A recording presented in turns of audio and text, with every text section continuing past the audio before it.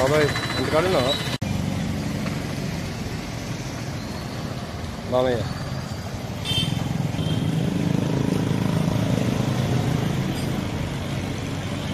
మామయ్య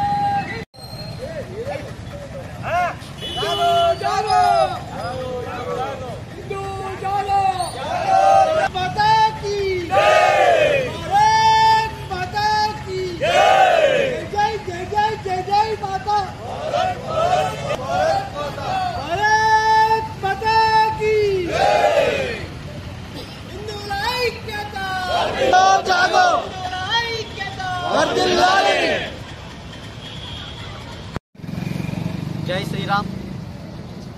గత 20 రోజులుగా బంగ్లాదేశ్లో జరుగుతున్నటువంటి మారణ హోమానికి నిరసనగా ఈరోజు ముస్తాబాద్ మండల ప్రజల పక్షాన అలాగే అఖిలపక్షం తరఫున ఈరోజు బంద్ పాటించడం జరుగుతుంది. ఈ బంద్కు సహకరించినటువంటి వర్తక సంఘాలు, వ్యాపార సంఘాలు, అలాగే హోటల్ యజమానులు, అలాగే వివిధ సంఘాలు, వివిధ నాయకులు అందరికీ పేరు పేరున ధన్యవాదాలు తెలుపుకుంటున్నాం. ముఖ్యంగా వర్తక సంఘాలకు ప్రత్యేక ధన్యవాదాలు తెలుపుకుంటున్నాం.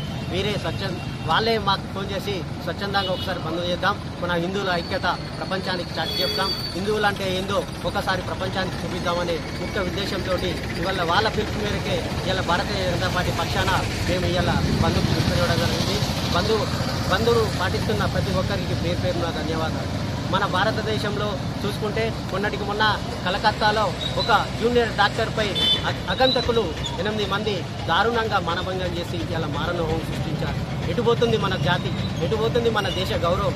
ఒకవైపు ప్రపంచ దేశాలు మన దేశాన్ని వైపు చూస్తుంటే మరొక వైపు ఈ దుష్ట శక్తులు వెంటనే ఉంటున్నాయి. దానికి నిరసనగా ఈరోజు బంద్కు పిలుపునిచ్చారు. ఇలా బంగ్లాదేశ్ కానీ ఇలా కలకత్తా కానీ, కలకత్తా పుట్టిన దేశం, కలకత్తాలో పుట్టిన స్వామి వివేకానంద మనకి ఏం చెప్పిండు? మంచిని బోధించు, మంచిని చెడు చూడకని బోధిస్తే ఇలా అక్కడనే ఇలా చేస్తే ఎటుపోతుంది దేశం అని ఇలా హిందూ సంస్కృతిని వేరే రకంగా ఆలోచించే విధంగా చేస్తున్నారు. దయచేసి తల్లిదండ్రులారా, మన పిల్లలు యువకులు ఎటుపోతున్నారో మనం గ్రహించాలి.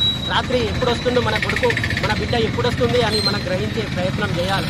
ఎందుకంటే ఇలా ఈ మొబైళ్ళ ద్వారా కానీ ఇలా ఆన్లైన్ ద్వారా కానీ ప్రపంచం ఎటో పోతుంటే మనం పిల్లలను మన జాగ్రత్తలో ఉంచుకోకపోతే మనము చెడుదారులు పోయే ప్రయత్నం చేస్తున్నారు. కాబట్టి దయచేసి తల్లిదండ్రులారా మీరు గమనించండి. వివేకానందుడు ఒకరోజు ఇదే మన కలకత్తా చికాగోలో ఏం చెప్పిండంటే, ఒక అందమైన యువతి వచ్చి అయ్యా దేశాలన్నీ పర్యటిస్తున్నారు, నీలాంటి భర్త నాకుంటే మంచిగుండు, నీలాంటి కొడుకు నాకు ఇస్తే మంచిగుండు అంటే ఆ వివేకానందుడు ఏం చెప్పిండంటే ఆ రోజు వివేకానందుడు, తల్లి నాలాంటి కొడుకు పుట్టడో నిన్ను పెళ్లి చేసుకుంటే, నాలాంటి కొడుకు పుట్టడో నీకు మరి వాడే ఇట్లా చెడ్డ పేరు తెస్తే నువ్వేం చేస్తావు, నన్నే నీ కొడుకుగా స్వీకరించు అని కాళ్ళ మీద పడితే అటువంటి జాతి పుట్టిన మన భారతదేశం ఎటువైపు పోతుందో ఒక్కసారి తల్లిదండ్రులారా, హిందూ బంధువులారా దయచేసి ఆలోచించండి. ఇప్పటికైనా మేల్కొనండి. మనకేమైతుంది, మన ఇంట్లో అయితే లేదు, మన ఊర్లో అయితే లేదని చేతులు మిడుచుకొని ఉండకుండా దయచేసి తల్లి నాలాంటి కొడుకు పుట్టడో నిన్ను పెళ్లి చేసుకుంటే, నాలాంటి కొడుకు పుట్టడో నీకు మరి వాడే ఇట్లా చెడ్డ పేరు తెస్తే నువ్వేం చేస్తావు, నన్నే నీ కొడుకుగా స్వీకరించు అని కాళ్ళ మీద పడితే అటువంటి జాతి పుట్టిన మన భారతదేశం ఎటువైపు పోతుందో ఒక్కసారి తల్లిదండ్రులారా, హిందూ బంధువులారా దయచేసి ఆలోచించండి. ఇప్పటికైనా మేల్కొనండి. మనకేమైతుంది, మన ఇంట్లో అయితే లేదు, మన ఊర్లో అయితే లేదని చేతులు మిడుచుకొని ఉండకుండా దయచేసి ఒక్కసారి ఆలోచించండి. మన పిల్లలు జాగ్రత్తగా ఉంచండి అని తెలియజేసుకుంటూ ఈ అవకాశం ఇచ్చిన అందరికీ ధన్యవాదాలు చేస్తున్నాం. ముఖ్యంగా వ్యాపార సంస్థలకు పేరున ధన్యవాదాలు చేసుకుంటున్నాం. జై శ్రీరామ్, భారత్ మాతాకి జై. బంగ్లాదేశ్లో గత కొద్ది కాలంగా హిందువులపై దాడులు జరుగుతున్నాయి. ఒక వీడియో వచ్చింది, మదరసాల నుంచి చదువుకునేటువంటి విద్యార్థులు ఒక అమ్మాయిపై అఘాయిత్యం చేసి రేప్ చేసినటువంటి సంఘటన సోషల్ మీడియాలో వైరల్ అయింది. ఇట్లాంటి సంఘటనలు అక్కడ వేలు జరుగుతూ ఉన్నాయి. అవి మన ప్రపంచానికి తెలియడం లేదు. ఎక్కడో కాలిపోతుంది, మన దగ్గర వస్తుందా అంటే కాలుకుంటూ మన ఇల్లు కూడా కాలిపోయేటువంటి పరిస్థితి వస్తుంది. కాబట్టి దయచేసి మన భారతదేశంలో ఉన్నటువంటి హిందువులందరూ కూడా మనం రక్షణగా ఉండాలి, ఇతరులకు రక్షణగా నిలవాలి. ఇక్కడ ఉన్నటువంటి మైనార్టీలకు మనం ఎన్నో అవకాశాలు కల్పిస్తూ ఉన్నాం, కానీ ఇతర దేశాల్లో ఉన్నటువంటి మన హిందువులకు అక్కడ దాడులు జరుగుతూ ఉన్నాయి. కాబట్టి ప్రపంచంలో ఉన్నటువంటి హిందువులందరూ కూడా ఏకతాటిపై వచ్చి ఐక్యరాజ్య సమితికి తెలిసే విధంగా మన నిరసన తెలియజేయాల్సినటువంటి అవసరం ఉంది. అలాగే కలకత్తాలో జరిగినటువంటి వైద్య విద్యార్థినిపై సంఘటన, దాంట్లో ఒక ఎంపీ ఒక ఎమ్మెల్యే కొడుకు హస్తం ఉన్నది. ఒక అమాయకుడిని అలా ఇరికించి కేసు నుంచి తప్పించుకునేటువంటి ప్రయత్నం చేస్తూ ఉన్నారు. కాబట్టి ఈ ఆటవిక చర్య మన దేశంలో జరగకూడదు.